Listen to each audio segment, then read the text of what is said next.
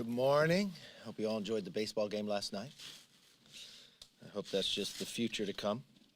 In a few hours, the Democrat-led House is set to recess for 45 days.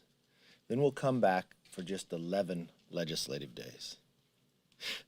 We're recessing just one day after this nation entered a recession.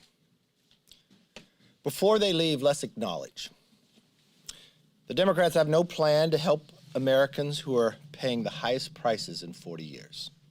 They have no plan to stop workers from losing an entire month's salary because of inflation. They have no plan to bring down the high gas prices. They are still costing families more than $4 a gallon and hundreds of dollars every single year. They have no plan to rescue and secure our border or reduce crime. Democrats have no plan to help Americans, but their policies only make it worse. Our country cannot continue down this path. The American people cannot continue to bear the brunt of Democrats' failed policies. Republicans understand the anxiety American families feel every single day. Could you answer this question? If you ask every single American, could they afford to give up 1 month pay? Could you afford to give 1 month of pay up? I promise you the overwhelming part of America would say no. But you know the sad part of that answer? It was taken from them. It was taken from them because of inflation. If a person makes a salary, 1 month's salary is 8.3%. Inflation is higher. So they've already lost. Who took it? The Democratic policies that they passed from the day this president came to office, and the Democrats control the House and the Senate. Now, Republicans planned something much different. We want to put the country back on the right track. As you know, our task force has been working for 1.5 years, and we've been rolling different policies out. The QR code up here has just a few of the ideas of what we want to go forward with. An economy that is strong, a nation that's safe, a future that's free, and a government that is accountable. After so much suffering caused by Democratic policies, Americans need renewed hope for the future. And that is what a Republican majority will work every day to provide. Want to open it up for some questions? Yes, Chad? Were you impressed with the game? Was I impressed with the game? Yeah. So, I like closer contests. But in any event, you talk about there's no agenda here from the Democrats. Your side whipped against this CHIPS bill. Mm-hmm. There's a concern that you say they have no plan here. This was a bipartisan package. It was not a bipartisan package. You had 24 members on your side. Your side was. That's your definition of bipartisan? Well. You know the real challenge here? Republicans had a plan for CHIPS. We actually produced one in the China Task Force. You had a bipartisan plan that started in the Senate, then you had a Speaker of the House go against her own committees where you had bipartisan work inside the House from the Science Committee and others, and delayed this entire bill for 1 year. And then in the process of coming back, you had to shrink it. But what did the Senate do on their side? They made it mandatory spending. They took a problem where we had a solution and they wrapped it into making it even worse and compounding it. When we have a recession, when we have a fiscal problem, they put it into mandatory spending when we should have focused simply on CHIPS. In 2017, when Republicans were in the majority, we put it in the NDAA that it is an important problem that we need to solve. The Democrats took the majority, they ignored it. Every chance that we worked bipartisan on this, even when we asked the Speaker to put a China committee together, even when it took me 8 months to get her to agree, even when the Washington Post came in and sat down because they were rolling it out, Republicans and Democrats alike, and the night before they stopped it, we went forward and we produced a plan to make sure chips were back and being built in America. Every element of this, Nancy Pelosi has put up roadblocks and challenged it and made it political and controversial. But that still wasn't a vote against jobs yesterday? No, it wasn't against jobs yesterday. Explain that. I just walked you through it from a mandatory point of view. I understand that you don't like how the mechanics of how it came out, but. Well, you think it's just mechanics or you think it's long-term? Well, What is our if it's- biggest that's not fiscal gonna provide challenge? people with jobs later on? No. Is it going to take away from jobs? Does $30 trillion in debt harm jobs? Yes. Does a recession harm jobs? Yes. Could you have done it in a bipartisan manner? Yes. Did we try to do it? Yes. Every element that we worked for on this was bipartisan. Every element that went forward, Pelosi put up roadblocks and even didn't take it through committee, put all in her Build Back Better climate change through and harmed the process to even make it happen. Yes, sir. Do you believe women who choose to terminate a pregnancy should be criminally prosecuted? No. Yes. Democrats are trying to bring two bills to the floor today to address public safety, the Invest to Protect Act and the COPS Act. Can you elaborate where you stand on those bills and bipartisan response here in the House? You know what? I haven't seen what their final version is. They haven't seen what their final version is. They're still communicating and trying to work a deal out. I would think it would be terrible that you'd bring a bill up that didn't go through committee. I think it'd be terrible that you'd bring a bill up that people didn't have an opportunity to see, discuss, debate, or amend. That's just the democratic process, and I think that's wrong with the Democrats in majority of what they're doing here. Yes, sir. Cassidy Hutchinson testified that. So we're going to January 6th. Yes, Go ahead. she Yes. testified under oath. You know we're in that- a recession too, right? Well, she testified under oath saying that you called her after Donald Trump said that, or just told her supporters that they were gonna go to the Capitol, and you were concerned about those remarks and said, don't come up here. Figure it out, don't come up here. She said that under oath. Did you tell her that, and why were you concerned about the prospect of Donald Trump coming to the Capitol on January 6th? To be honest with you, I don't recall talking to her that day. I recall talking to Dan Scavino. I recall talking to Jared. I recall talking to Trump. That's what I talked to on television like that too. If I talked to her, I don't remember it. If it was coming up here, I don't think I wanted a lot of people coming up to the Capitol, but I don't remember the conversation. Why were you concerned specifically about Trump coming to the Capitol? I don't remember that. You don't remember being concerned about his No. comments? No, but because I didn't watch it. See, this is what is so confusing. I didn't watch the speech. I was working. So I didn't see what was said. I didn't see what went on till after the fact. Did So, you want him to come to the Capitol? no, I've never communicated with him about coming to the Capitol. I had no idea he would come to the Capitol. I had no idea that he was even going to come to the Capitol. That's news to me. She said under oath that you told her throughout the course of the week, or reassured you through the course of the week that he was not gonna come to the Capitol. So apparently you had a I number of don't remember conversations having about any conversations with her about coming to the president coming to the Capitol. I don't recall any of that. I recall my conversation with Dan Scavino. I recall calling Jared. That was in the midst of the Capitol, people breaking into the Capitol, me being removed from the office. That's when I called people. And what were your conversations with Scavino like? What were you? Well, I was trying to find the president. Yes, Your last solo press conference was in mid-March. that's not true. Oh, solo. Solo. If the House majority flips and you're speaker, are you committed to doing weekly press conferences like this? I do press conferences all the time. When did I talk to you solo last? This week? Yes. Yeah.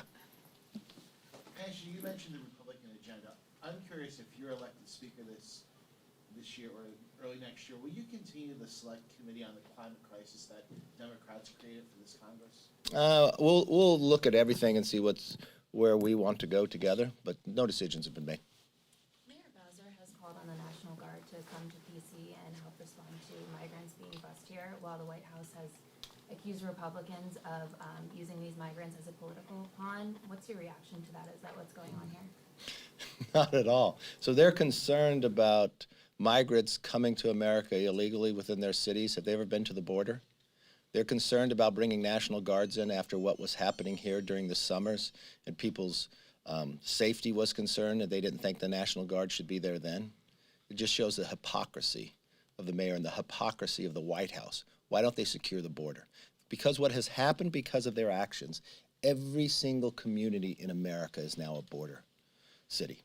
This is a national crisis. Fentanyl is now the #1 killer of Americans between the ages of 18 and 45.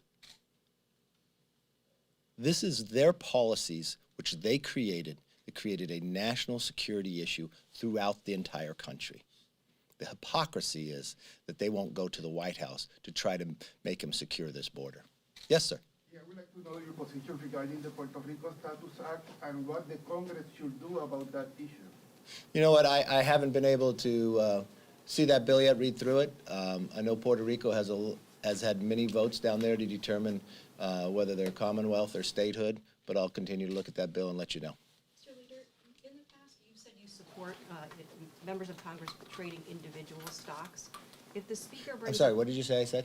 You have publicly said you support members of Congress not trading individual stocks. No, I said Ban. I would look at that, but okay.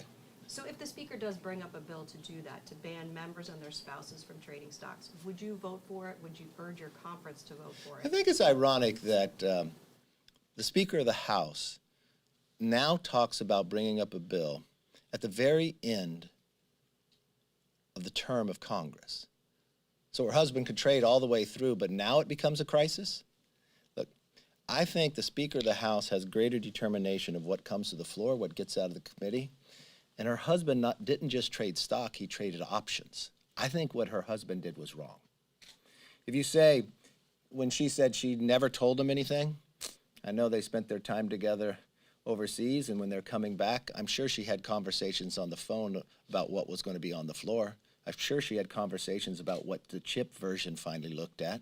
I'm sure she had those conversations. I don't know if he was able to hear them or not, but I think we need to bring trust back to this institution. I think we have to do a thorough investigation and look at what is the proper role for members of Congress and what influence they have.